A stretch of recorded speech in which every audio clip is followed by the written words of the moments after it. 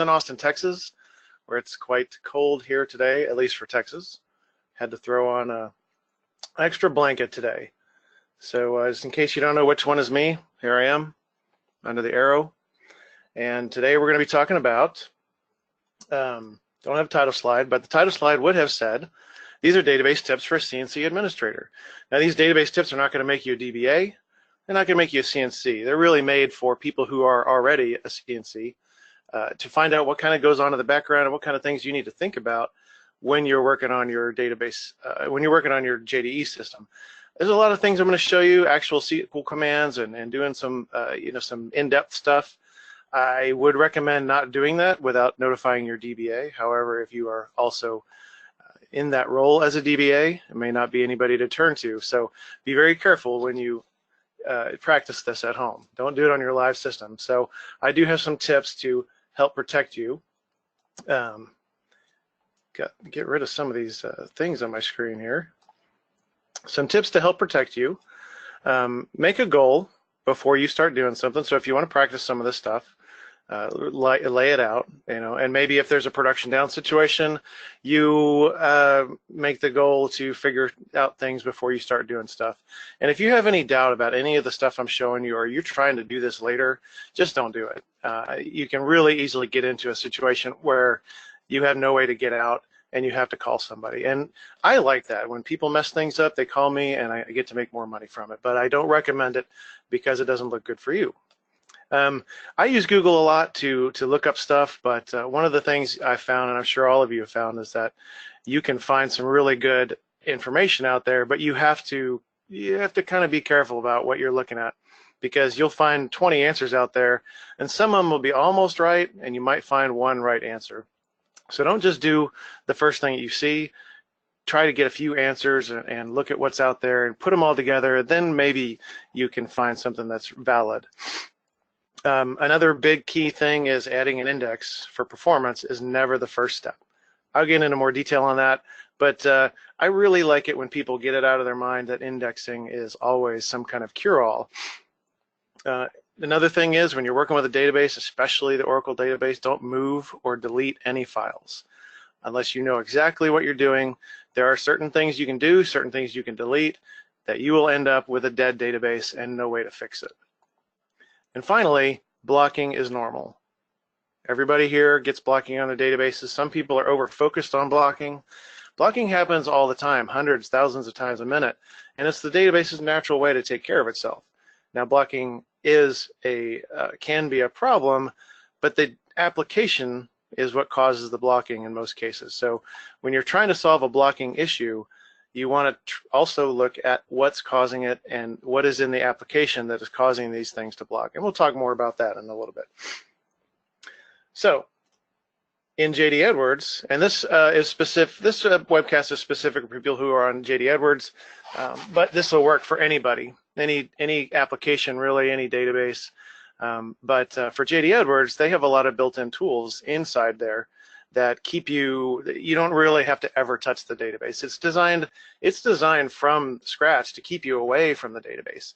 DBAs hate it, of course, but honestly, nearly everything you need for database data manipulation is inside Enterprise One. You've got Object Management Workbench, where you can create tables, delete tables, you can truncate, you can copy them, R98403 and R98403A and all of these other ones where you can copy data and create indexes, and then you can obviously import stuff through the grid in the application. I always caution people that if you're about to do some kind of any kind of table operation, whether it's a drop or a delete or a copy, you go to the DBA first and let them know, because you never know what might be going on in the background, and hopefully I'll give you some of that information here today. So maybe, despite all that, you really, really want to touch the database. You want to do this stuff on the database, and there's a lot of good reasons to do that.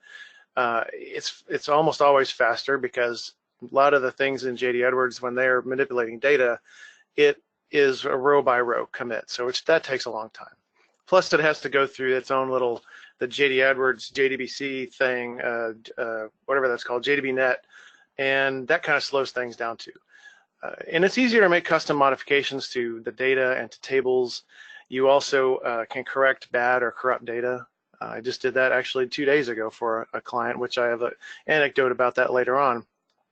And any kind of mass updates or other changes are a lot easier, especially if you're doing some kind of testing of a new system and you have lots of OCMs that you need to activate or inactivate all at once. You can go through and do that really quick.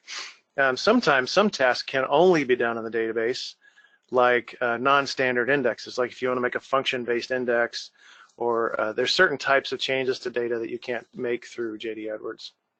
Now, how would you do these things on the database? I highly recommend using SQL Developer. It's free, and this is for Oracle. And that's what let me back up a little bit. I'm doing most of this for Oracle today. Almost all of this applies to SQL Server and other databases as well. So there are some specific things about Oracle that aren't available on any other database, which is why I focus on Oracle here. But SQL Developer is absolutely free. You can get it from Oracle. It comes with all of the features and things that you need to put it in. If you have downloaded the Oracle, the database client, SQL Developer comes with that too. So you may already have it. I have a little video to show you how to download it and install it. It's not that hard. But if you want to watch a 5-minute video of me from 5 or 6 years ago, I say go right ahead. Now, so let's talk about creating some new tables. So why would you need to create a new table? And this is to give you CNCs an idea of what a developer might be going through and how all of this stuff interacts with a database. So you want to create a new table because maybe you just need a new table. It's for some new functionality, or you need a work table, or there's some special requirement. So you can do that in a couple ways. You can do that through OMW, or you can do it through SQL and create it by scratch. Now, if you do it through OMW, it does everything. It creates the table, the indexes, and everything that you could possibly want right there. So let's take a look at creating a table. And I'm going over to the work screen, which is way over here. I've got 3 screens, so apologize for turning away. So we have, this is JD Edwards. This is on the deployment server. I'm going to go into the JDE project, and obviously in real world you will not ever want to connect to your JDE user because that is your super user. You want to use your own login for this. But this is our lab, so who cares? I'm going to add here and going to find a table, click there, and click OK. So it's going to want to ask me for a name, and I'm going to say F55 Bill. And we're going to call this Bill's table. Product code 55, system code 550, no. And object use, that's fine. Column prefix, I'm going to make that BR. So now we have our table. That's awesome. What else can you do with a table? You can add indexes to it. You can add columns to it. So we're going to go into design tools, go into table design aid, and then add some things here. So let's add, let's find a column. I want to do AB, hang on, ABAN8, and find that. Come on. No, I'm putting it in the wrong column. Got to put it in the alias column there, I believe, unless I don't know what I'm doing here, or maybe this isn't working. Oh yeah, you know what? That's right. I am searching for the data item and not I'm putting the AB, and I want to do A and 8. And find that. There we go. So I'm going to put this in my column. So I got A and 8, and I want UPMJ also. So those of you who don't know this, if you're searching for a data item, you can't use the table prefix. You have to just do everything after the first 2 letters. And I also want to get JOBN just because, why not? So now we've got our 3 columns that we want to put in there. I'm going to do index here. So let's do a new index called index 1, and we're going to add address number to it. So now we have an index on address number on our new table. We're going to click save, and then what do we do next? We're going to close the table design aid, and that's it. So now we have a new table. If you wanted to create that table in SQL Developer, well, check this out. Let's go to back to our screen here. I'm going to show you on SQL Developer. Look at this. This is exactly what the SQL will happen in the background when we click generate. It's going to run this create table, all of these things in there. It looks pretty complicated. It's going to create a unique index. Now I didn't create 2 indexes. This is from a previous thing, and then it will alter the table and make the key primary. So that's what happens when you click generate. It will go out and build that table for you. Let me go back to that table, and I'm going to go to table operations and click generate table.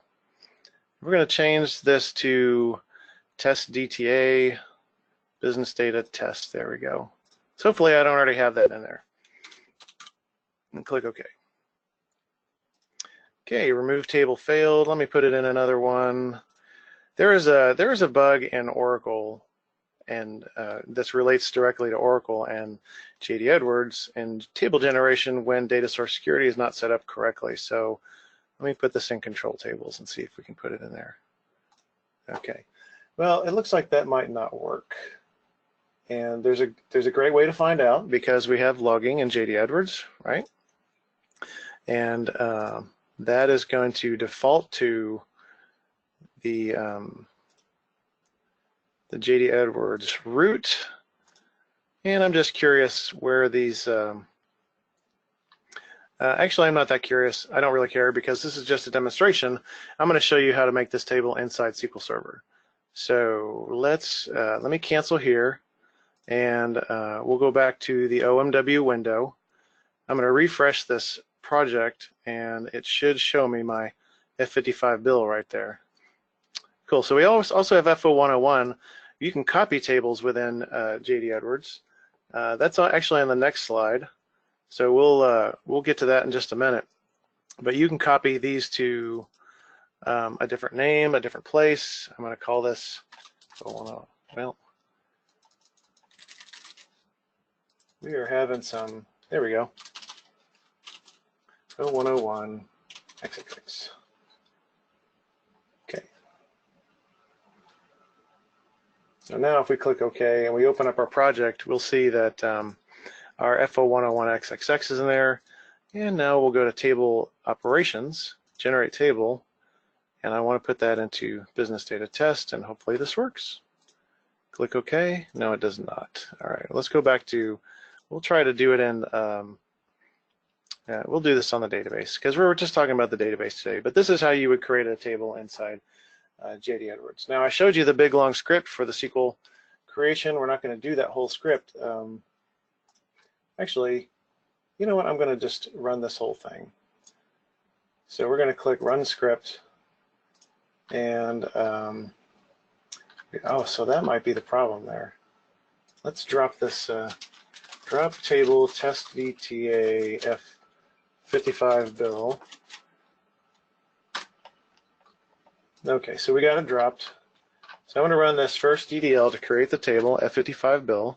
So now it's created. I'm going to make the first index F55 bill 0, and then we're going to alter it to add a constraint. So now you see in the results down there, we now have F55 bill. So that's how you create that stuff in SQL Server. Now, on the next thing I want to talk about is how to back up a table. Well, you saw there that we could copy the tables within OMW, but maybe sometimes you'll need to back up a table. So what would you need to do there, and why would you need to do it? Maybe you're having a huge data edit, and you need to keep the data safe that you are trying to change. Sometimes when you're doing a big a change like in OCMs, you might want to pull out the OCMs for an entire environment into a work table, make all the changes there, then reinsert them afterwards. And sometimes you might need to, like developers create a new table and they add a couple columns, you need to back up that data, because we know, hopefully we all know, that you will lose all your data if you try to generate that data. That if you generate the table, you lose all the data in that table on the database. So I've got a couple of webcasts that go into a lot of detail. I'm going to do a summary of this here. Things that go into a lot of detail about how to recover data from SQL Server, from Oracle and iSeries, and how to back up a single table. And it's very cool. But they're really long webcasts. I mean, they're about 45 minutes, but they go through all of the details of how to do that, and they're on demand. But I'm going to show you real quick how you do that in JD Edwards, which I'm probably not going to work. So I'm going to copy, let's go back to table operations, and right here is copy table from data source business data test. We'll see if it can do it, and then we're going to go to data source control tables test. Click OK. All right, so that failed. But we can do it. That's how it would happen. And in the background, when you do this copy table, it does the same thing as when you hit generate table. It looks out there to make sure the table doesn't exist, and if it doesn't, then it creates it using those same SQL statements that you saw before. Now in SQL Developer, it is very similar.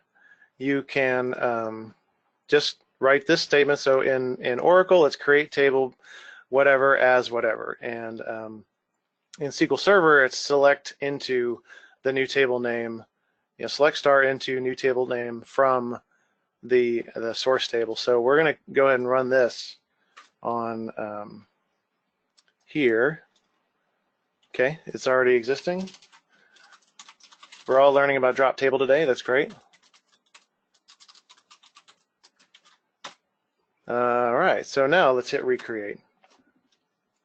Very good. We recreated the table, and it's that's how we make a copy. Now there's some caveats to this. You can't.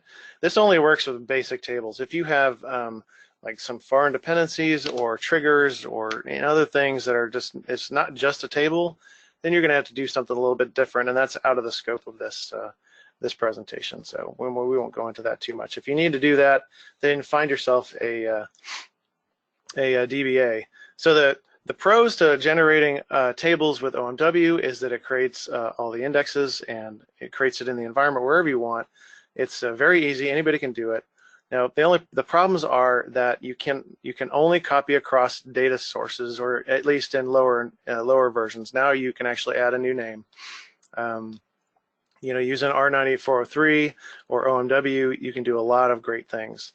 But with SQL, when you're doing it directly with SQL, you can create subsets of data. You can make as many copies as you want and give them all different names. The cons are that if you do a copy inside the database, it doesn't create any indexes. Usually that's not a problem because it's not a live table. That's pretty much it. So once you have a data and once you have a table, regardless of how you create or copy it, the reason is because you want to add, remove, or change the data in some way, either through like a grid import or through SQL statements. Doing the imports through the grid, the great thing about doing things through data browser or through the grid is that the JDE automatically translates the decimals and everything, and all of the extra spaces that you need that pad in things like account numbers. But if you do it with SQL Server, or going through SQL directly, then you have to insert, you have to make sure all those spaces are in there. Plus, JDE table manipulation also takes care of any null values. JD Edwards hates null values. If you're doing it through a SQL statement, you have to insert a value into every column. For spaces, for character and string types, you need to insert a space. And for numerical types or dates, you need to insert a 0. So if you're not inserting any data into those, you can't just say, leave that blank, because it'll end up being a null and JD Edwards will crash trying to access that record. So let me show you real quick, how do we make a subset of data? So let's go, we're going to make a new table. We already made the table F55 bill, so I'm going to run this statement, which is to insert records from the FO101. So we got 1,000 rows, and in Oracle, you have to commit everything. Otherwise, it just builds up in your session. In SQL Server, it's an implicit commit, and so it happens right away. So we're going to verify this data and do a select star. Okay, great. So now we see that we have all these records in my table. Now, if we delete from, if you do delete from, it deletes everything. If you want to delete some of it, you have to actually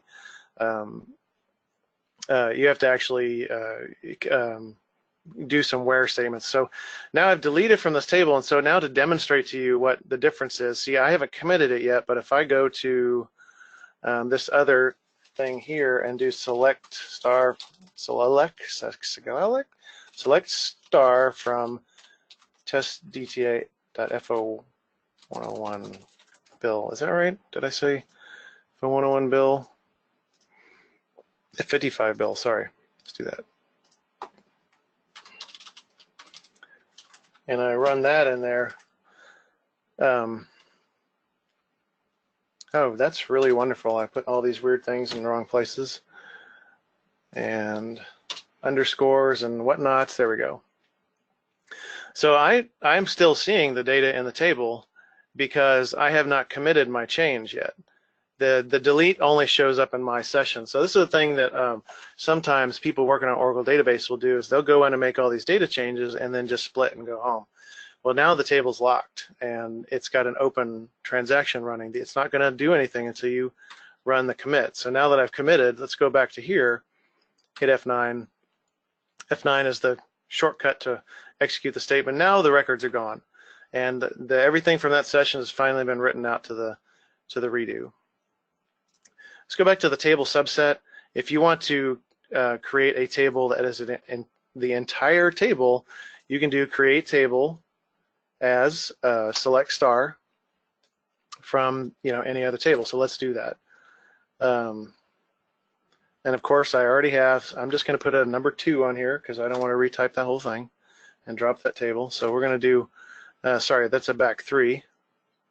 Hitting all the right keys today.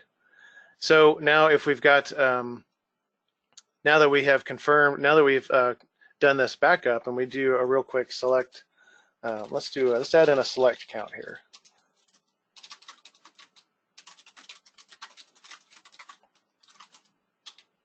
FO101 back 3, and that shows that we have 1,162 records, which is all there is in in our test FO101. So now we know the records are in there. We can delete everything from there if we want, from the original table. So I'm just going to do that. Now our live FO101 is gone. But wait, we have to commit it. Now it's gone. So that table's empty, and in order to insert it, you're just going to do insert into test DTA, select star from the backup table. If we go look at test DTA FO101, since I haven't committed, oh wait, let's go ahead and commit this. Let's commit everything right now. So let's do, let me put in a select count from the FO101.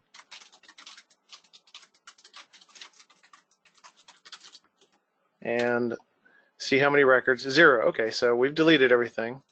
So now I'm going to hit the insert. Now, that, like I said before, they're not going to show up in my other session, but I'm not going to bother doing that right now. So now we have, if we go back and select from the FO101, it's all in there. So all of these queries, by the way, you don't have to write this down. I don't know if anybody's trying to furiously write this down, but these are all in my notes for this presentation. So after this presentation, just ask for the file, and all of these SQL statements will be in there for you to test with. So then you can also delete a subset of data. So we're going to delete everything from test DTA where the employee type is E. And oh, I just did the entire thing. So let's go back. So that's an interesting thing, is that if you're not looking at your keyboard like I was just doing, and you hit F5, it will run everything on your screen as a script. So what we're going to do is go back to, so everything should be fine because I ran the entire thing, the entire demonstration. I hope you caught it all. But it's fine because it's all, I wrote this so that you could accidentally hit that and it wouldn't mess anything up. So let's go back to delete this test data. We're going to commit that. So now everything that has the letter E in there, just trust me on this, is gone. But if we want to now restore that, we can hit this this insert where we're selecting only the table data that is employee type E. So we've inserted those 438 rows, and we can commit. Now all those records are back in there. So that's how you can pull out subsets of data.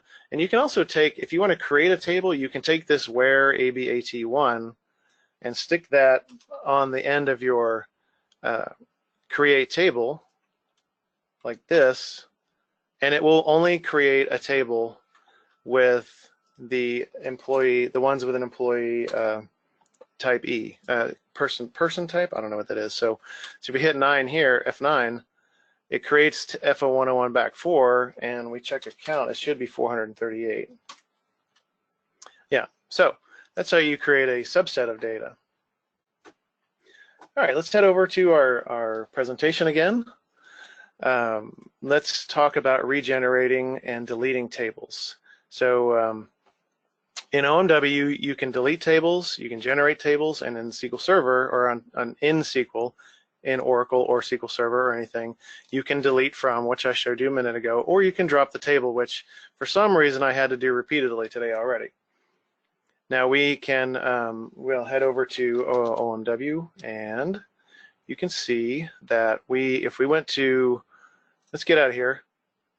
My silly lab's not working. So if it's this one here, if we do a delete on F0101XXX, which is only in my local specs, you click the delete, but I can at least show you the options here. You can delete the object from the server.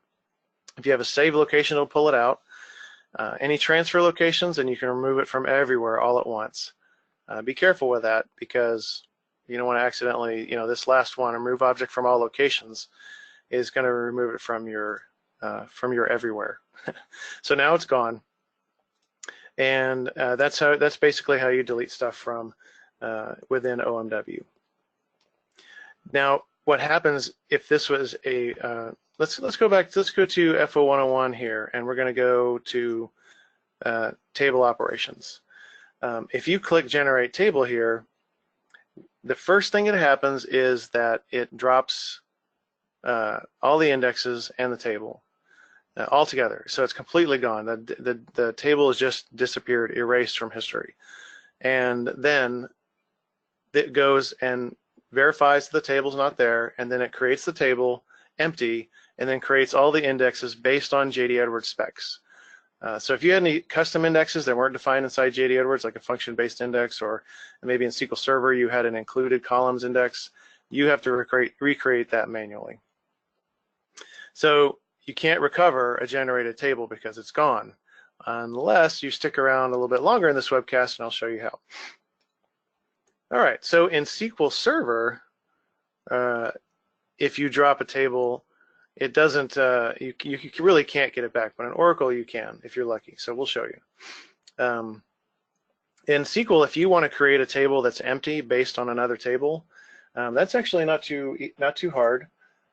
We're going to go to, I'm going to go to my data subset screen here and go down, and so if you want to create a blank table, this works in any database, which is create table F0101, test DTA F0101 underscore blank as select star from, not select 8, select star from test DTA.F0101. So you want to get the structure of the address book table, but you don't want any of the data. If you want to do that in SQL Server, you add into the where statement where 2 equals 1, which is always going to be false. So you'll never pull any records out. So you hit F9, or you hit create. So now we have test DTA blank create. So another thing about commit statements, you don't have to commit a statement where you create a table. That will commit everything that's happened. So if you have a bunch of queries where you're manipulating data and deleting, adding, updating, but then you issue a create table or a drop table or any of those kind of statements, then it will commit everything that has happened before that. So don't get caught. If you have a whole bunch of DML going on, data manipulation, and then you do a DDL like this, where you're creating or changing objects, the structure of objects, do those in 2 separate sessions so you don't accidentally commit something that you might have in progress. So anyway, that's how you create a blank table through a SQL statement. It does it automatically in OMW. Now, how many times, and I'm sure some of you have had a time when you have accidentally generated a table, And since I'm in consulting and I work with dozens and dozens of clients, over the years I've seen more than I wanted to see. So the table has disappeared. How do you get it back? Actually, I had this happen during a go live. There was another CNC, another contractor, wasn't part of GSI. He was helping us out, and he went through. He did the index report where it shows missing indexes, and he decided he was just going to regenerate these tables. And he generated 6 or 7 tables, and they were all gone, and they had lots of data that had been converted, but fortunately they were on Oracle database, and we were able to get them all back, which I will show you in just a second. I promise. I will show you how to do that. So this is what we call I've made a huge mistake. I sure hope that you backed it up in some way. If you did my little table backup example, that'll work. Then you can pull it back from there. If you drop the table and you have a copy of the table that you've backed up, then you can bring it back. If you drop the table through OMW, that's a little bit different, and I will have to show you how to do that. So when OMW drops a table in Oracle, so this only works in Oracle. In SQL Server, you have to restore from a backup, but in Oracle, there's a thing called the recycle bin, and whenever you drop a table, it tosses that entire table into the recycle bin, and it's not unlimited space. It does get emptied. So you can you have this table in the recycle bin, but if you try to create the new table or get the table back, it's not going to work because this deleted table is in the recycle bin. So then, how do you get a table back from Oracle? So this is a great advertisement for Oracle database. You can get it back from the recycle bin. So first thing you want to do is the recycle bin on? If it's not on, then you're out of luck. You'll have to restore it from an export or a backup. So show parameter recycle bin. I've already run that, and it says it's on. So I'm going to create a table. Create table F56. Test DTA, F56, bill as select star from test DTA F0101. Okay, so now I've got my F56 bill is out there. So now let's just drop it. Pretty rude. I mean, I just created this table and now I'm killing it. All right, so how this works is all you have to do is type flashback table, whatever that name is, to before drop on Oracle.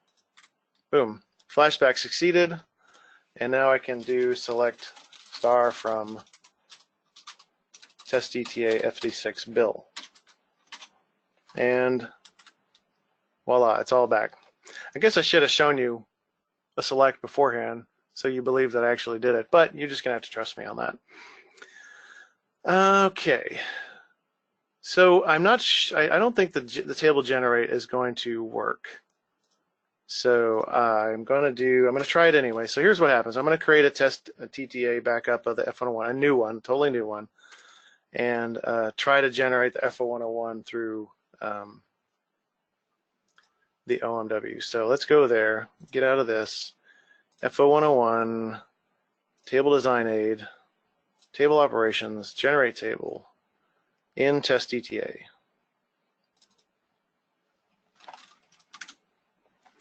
Okay.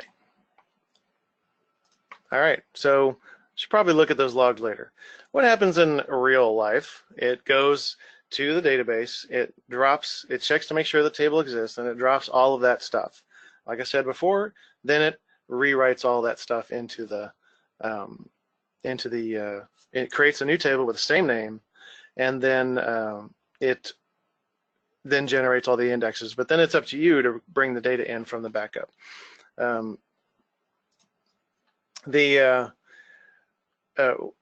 So how do you get this data back if it's gone? Well, there's a way to do it, and I'm about to show you. In Oracle, the one cool thing about Oracle is when we do the flashback. Let's see if I can simulate this. Yeah, so let's do this. Let's just do our select count, 1162. I'm gonna drop table,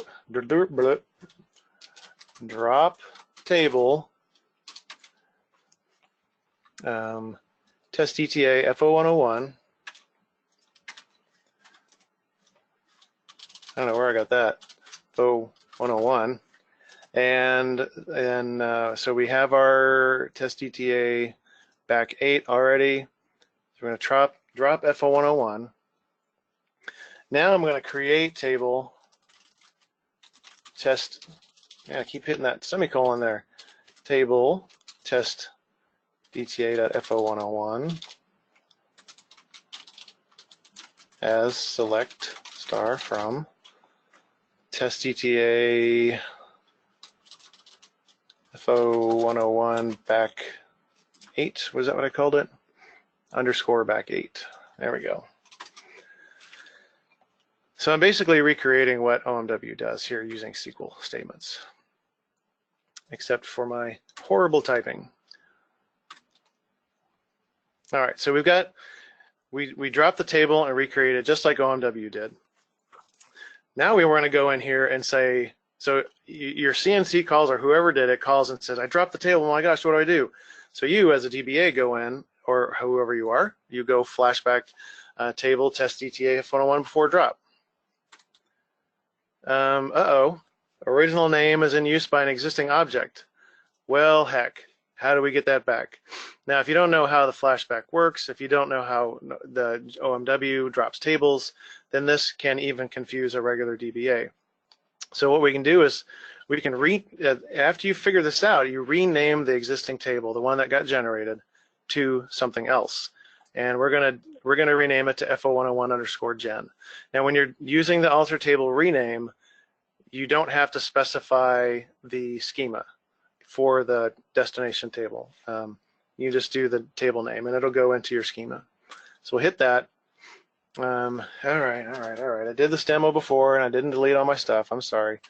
Drop table F0101 test ETA F0101_gen. Now we're going to alter table rename, and that worked.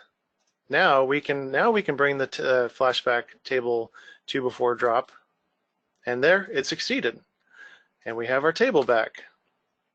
1162 records. Now there are some problems with flashback.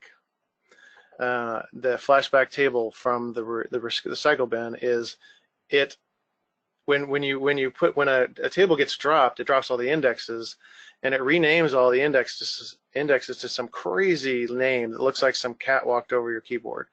When you restore that table, it brings those index names to the live table. Now that doesn't really matter. It doesn't matter what the index name is. It's still going to run and use the indexes like normal, but it's not going to be the same name as it was in JD Edwards. You know, if you're in the middle of a crisis situation where you had to bring it back, don't worry about the weird names. You can go back later, back up the table, regenerate it so it gets all the correct names for the indexes, and then you can get all your names back. So don't worry about the weird names on the table. How are we doing here on time? I don't see a clock anywhere. You guys are having fun. I bet you'll stay here forever. We all have right, so 15 minutes left. Okay. Covered up clocks, all my clocks with stuff. All right, so let's say you just deleted some records from a table and not the whole table. Like the most common thing I've seen is when people delete records from the security tables. Obviously, you should have backed it up.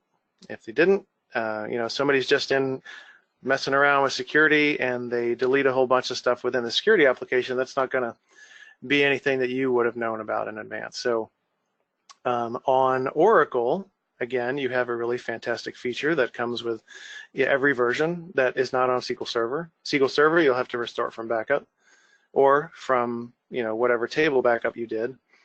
So we on Oracle database, there's a thing called the undo tablespace, and the undo tablespace keeps records of transactions in progress that are not yet committed, and in everything else that is happening on the database.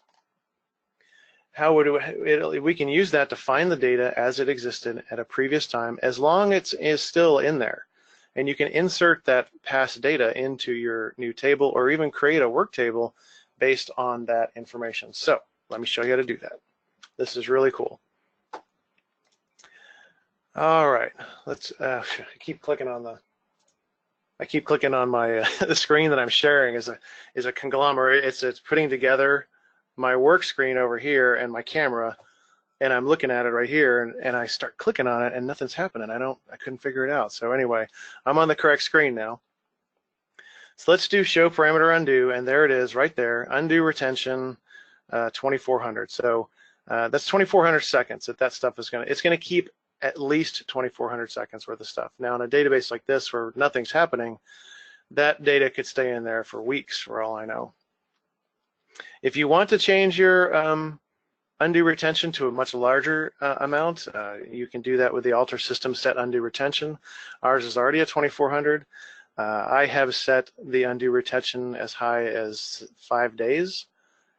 If you have the space to have an undo table space that big, it can be helpful, because if somebody messes a set of records up on a Friday, and you don't find out till halfway through the day on Monday, well, then you're back to doing, even with an Oracle database, you're back to doing a full restore just to get that one table. And don't let anybody fool you with RMAN table recover, because that takes almost as long as a full recovery. So set your undo retention to as large as you can. As long as you don't run out of resources, then you'll be able to pull data from the past at any time. Of course, you'll have to have enough space in there for 5 days of activity, and that might not be doable for some companies. Anyway, that being said, let's create a new table. We're in SY920 here on this system. We're going to create table SY920 backup as select star from blah blah blah. So let's do that.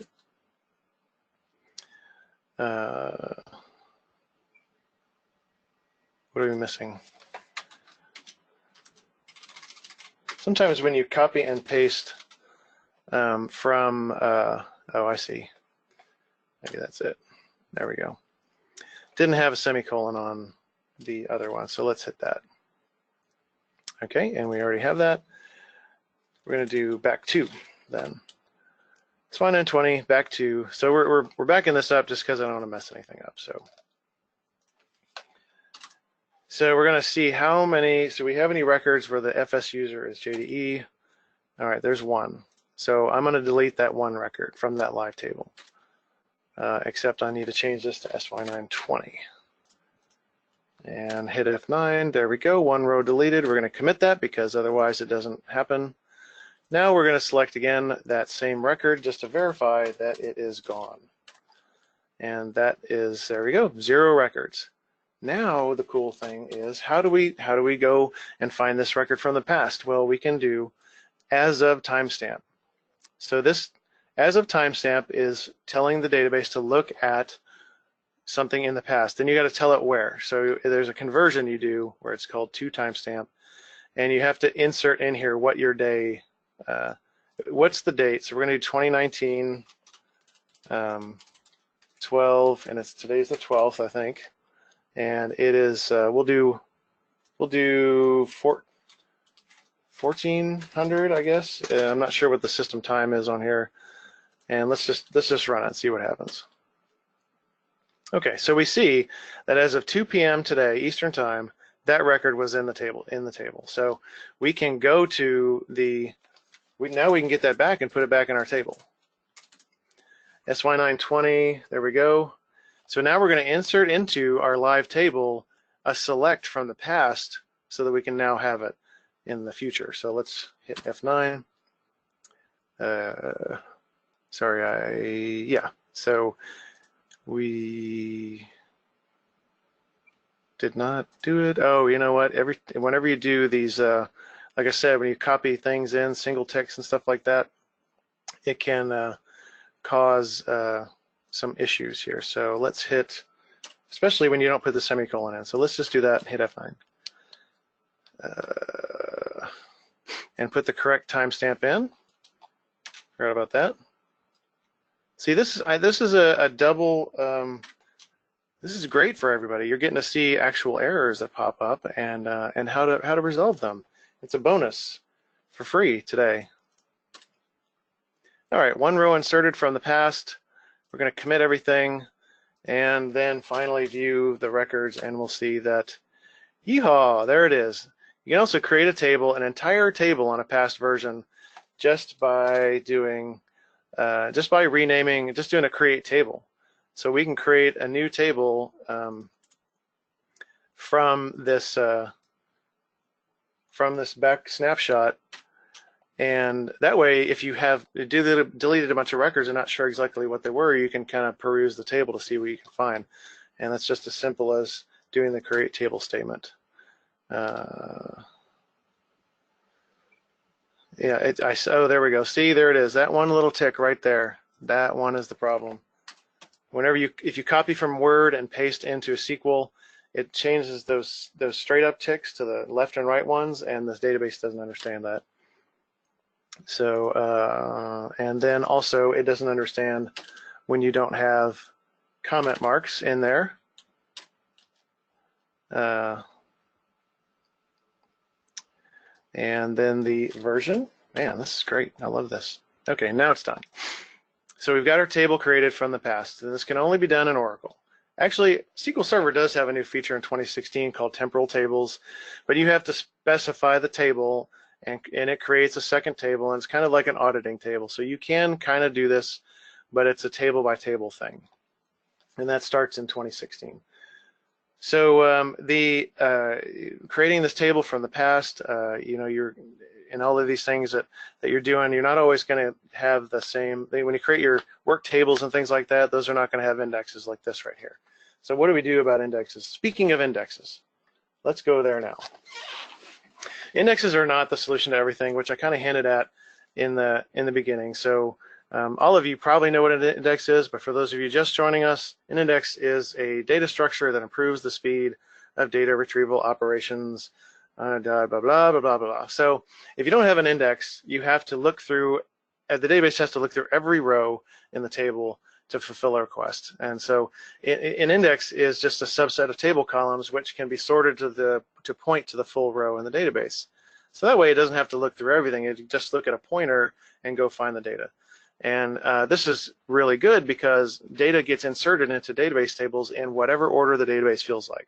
So no matter how you construct your SQL statements to insert data, it's going to go in backwards, forwards, upside down, it doesn't matter.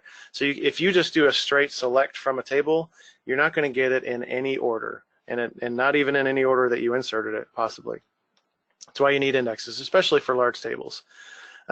Indexes can make performance better. If you actually need an index and you don't have something in there that can serve a particular query, it does work. But they can make performance worse, especially if there's no reason for it to be in there. Adding an index is usually kind of a knee-jerk reaction to bad application code, improperly written report, or especially with third-party reporting tools, they do a lot of weird stuff that can make you think you need indexes when it's actually what you need to do is fix the thing that is causing you to think you need an index. But when you're troubleshooting indexes, you need to find the exact SQL that you are having an issue with. It can't be if somebody's in a QBE line, like in an application, and they're putting in several things, and they say, well, this takes forever, but it doesn't take very long for so-and-so over there.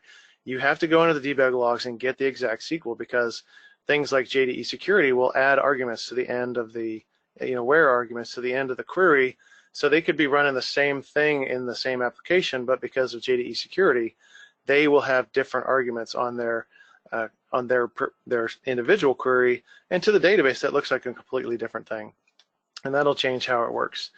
So the